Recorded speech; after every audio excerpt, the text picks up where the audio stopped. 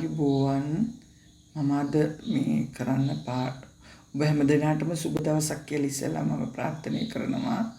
මම අද කරන්නේ එදා කරපු පෙන්සිල් ඩ්‍රොයින් එක පැස්ටල් වලින් කරා. අද මම ඒ සරුංගල් යවන ළමයි කියන පාඩම මේ අද දියසායන් වලින් වර්ණ කරනවා. ඒක ඔයාලට බලා ගන්න පුළුවන් කොහොමද මේ වගේ එකකට දියසායම් දාන්නේ කියලා.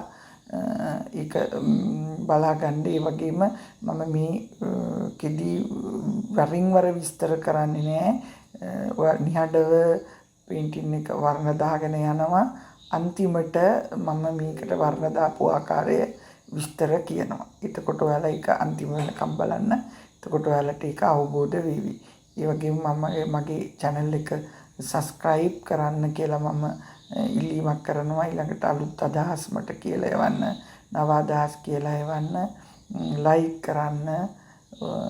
ඔයාලගේ මියුටින් යම් දෙයක් ඉගෙන ගන්න. දැන් වීඩියෝ